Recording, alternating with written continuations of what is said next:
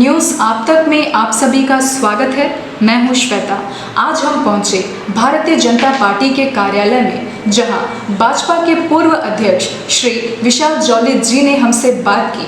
उन्होंने कहा, अंडमान निकोबार, खास तौर पर मछुआरा समुदाय जो मछली के व्यापार से संबंध रखते हैं, उनके लिए एक खुशी की बात है। अंडमान निकोबार के इतिहास में पहली बार नेशनल फिशरीज डेवलपमेंट बोर्ड, इसमें पहली बार अंडमान निकोबार के एक प्रतिनिधित्व को लिया गया, जिनका नाम श्री EU महेश्वर राव। इनको इस बोर्ड में सदस्य के नाते जगह दिया गया। आइए देखते हैं हमारे संवाददाता रोहित के साथ एक रिपोर्ट।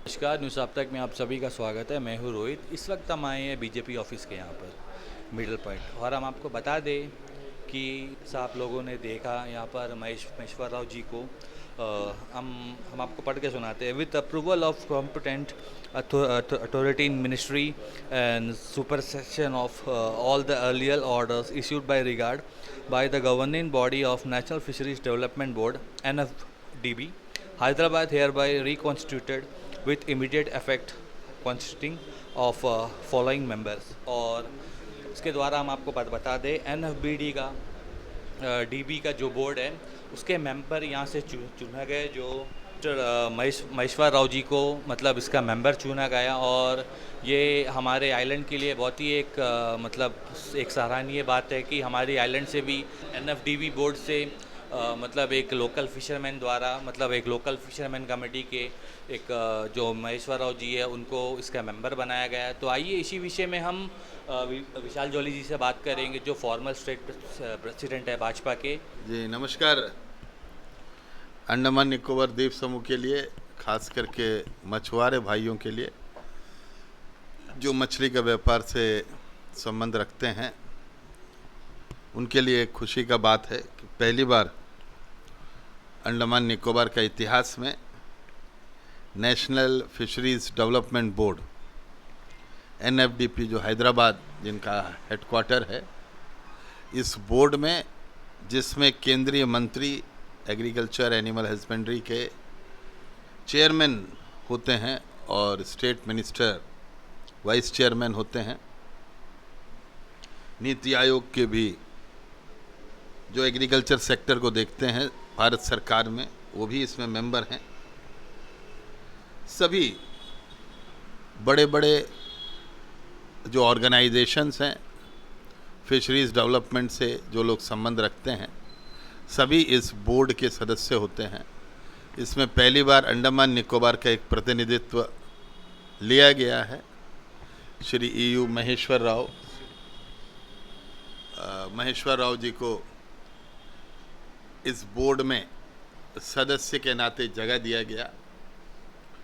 पहले तो मैं भारतीय जनता पार्टी अंडमान निकोबार द्वीप समूह की ओर से, अंडमान निकोबार द्वीप समूह के सभी कार्यकर्ताओं की ओर से, और जो मछुआरे भाई हैं अंडमान निकोबार द्वीप समूह का, उनकी ओर से माननीय नरेंद्र मोदी जी का, पार्टी के राष्ट्रीय अध्यक्ष नड्डा जी का, हमारे प्रभारी सत्य जी का, संतोष जी का हार्दिक आभार व्यक्त करते हैं कि अंडमान निकोबार द्वीप समूह, जहां रोज़गार का एक प्रमुख साधन फिशरीज़ है, उसको ध्यान में रखते हुए यहाँ के मछुआरे भाइयों का जीविका में वृद्धि करने के लिए, आय में वृद्धि करने के लिए जो सेंट्रल गवर्नमेंट का स्कीम है, उसको जो छोटे मछुआरे भाई हैं जो समुद्र में जाते हैं मछली पकड़ने के लिए, सीधा उन तक जो नेशनल स्कीम्स है उनका फ़ायदा उन तक पहुंचाने के लिए, और छोटे मछुआरे भाई एक्सपोर्ट लेवल तक काम अपने आप से कर सकें,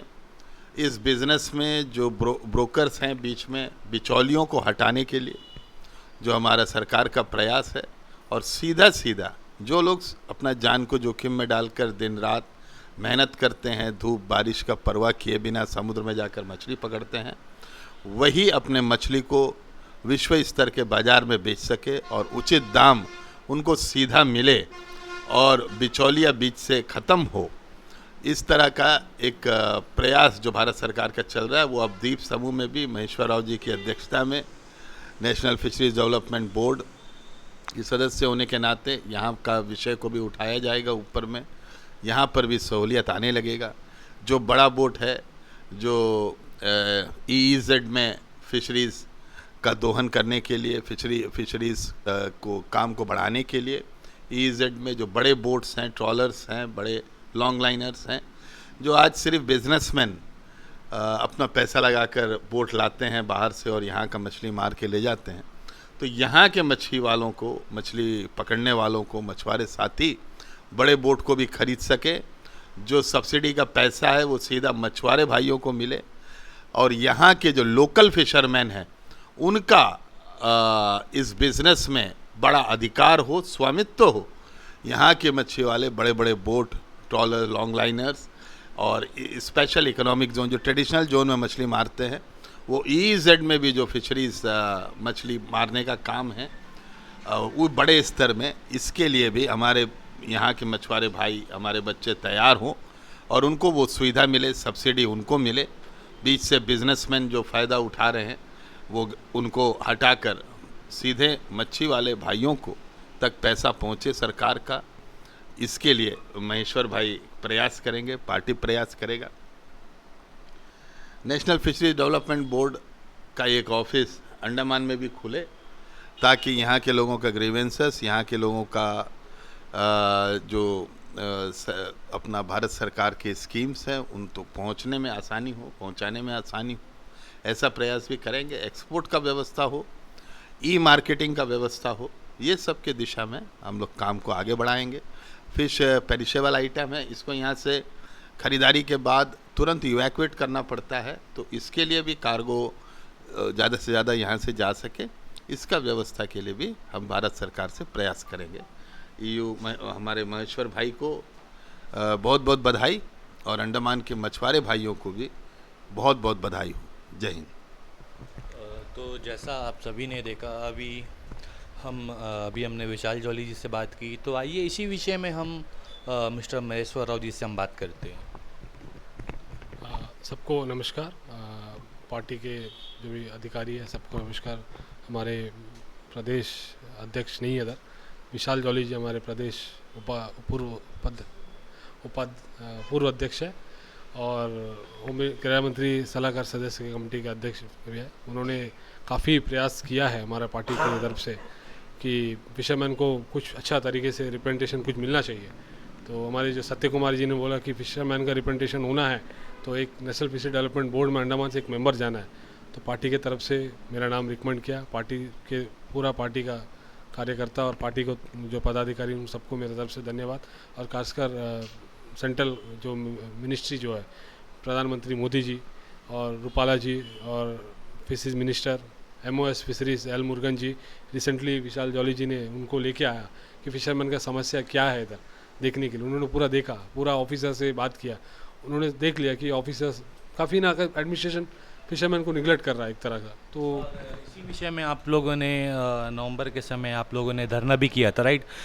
जो जोनल फिशरीज ऑफिस है उसके सामने उसी विषय में धरना किया था। बात उसमें भी आपका साथ विशाल जी ने दिया था, पार्टी के पूर्व अध्यक्ष ने भी साथ दिया था।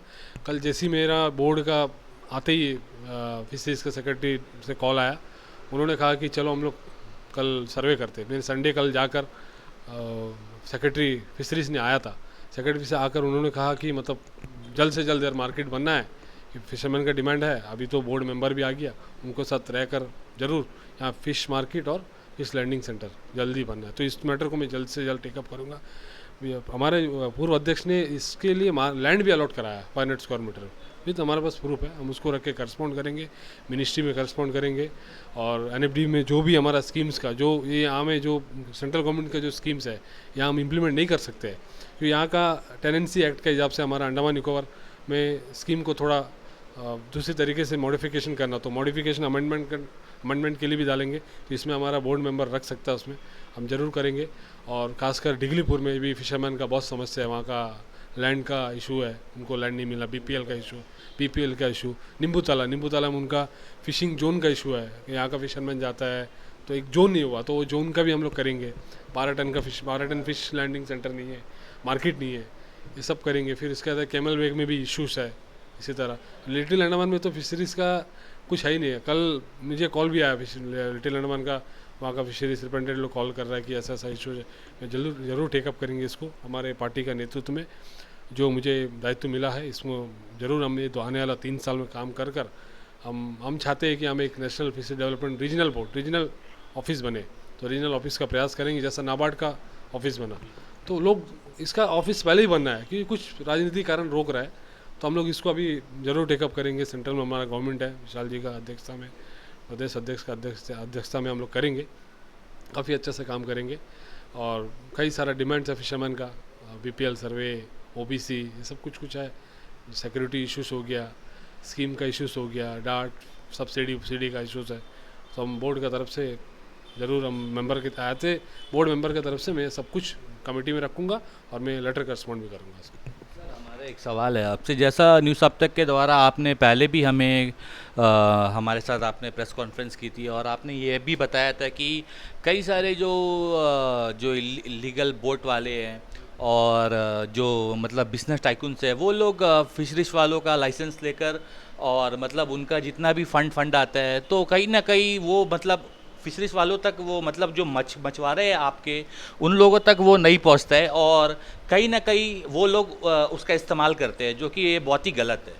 इसके लिए रिसेंटली हमारा फिशरमैन कम्युनिटी जंगली घाट में 500 फिशरमैन उसके ऊपर लेटर लिखा है, मतलब एक मास पिटिशन डाला है कि बाहर से बोट आ रहा है तो हमारा यहाँ रोजी रोटी बंद हो रहा है। तो उसका एक प्रोसेस एडमिनिस्ट्रेशन डिपार्टमेंट ऐसा प्रोसेस बना दिया कि आप यहाँ का एक आदमी वहाँ से एग्रीमेंट करके वहाँ से लाइसेंस कैंसिल करता, यहाँ में लाइसेंस उनका जो एग्रीमेंट करता उनका नाम है लाइसेंस कर लेता, उनका शेयर चले जाता, फिशिंग होता जो शेयर उनका चले जाता। तो यहाँ फिर क्रू मेंबर को वहाँ से ले गया था। हमने डिमांड किया है, हमने अभी लेटर में डिमांड किया है कि जो भी बोट लेगा हमारे यहाँ का फिशरमैन लेगा, क्रू मेंबर भी इधर ही का होगा। क्रू मेंबर हम एक भी क्रू मेंबर बाहर का अलाउ नहीं करेंगे क्योंकि वहाँ यहाँ का क्रू मेंबर कहाँ से आता है, क्या है, CID कोई रिपोर्ट नहीं है, कुछ नहीं है। तो हम इसमें एक डिमांड रखा है, क्रू मेंबर इधर ही का होना, जो फिशिंग करेगा क्रू मेंबर इधर ही का होना, फिशिंग बोट भी यही का आदमी लेके आएगा।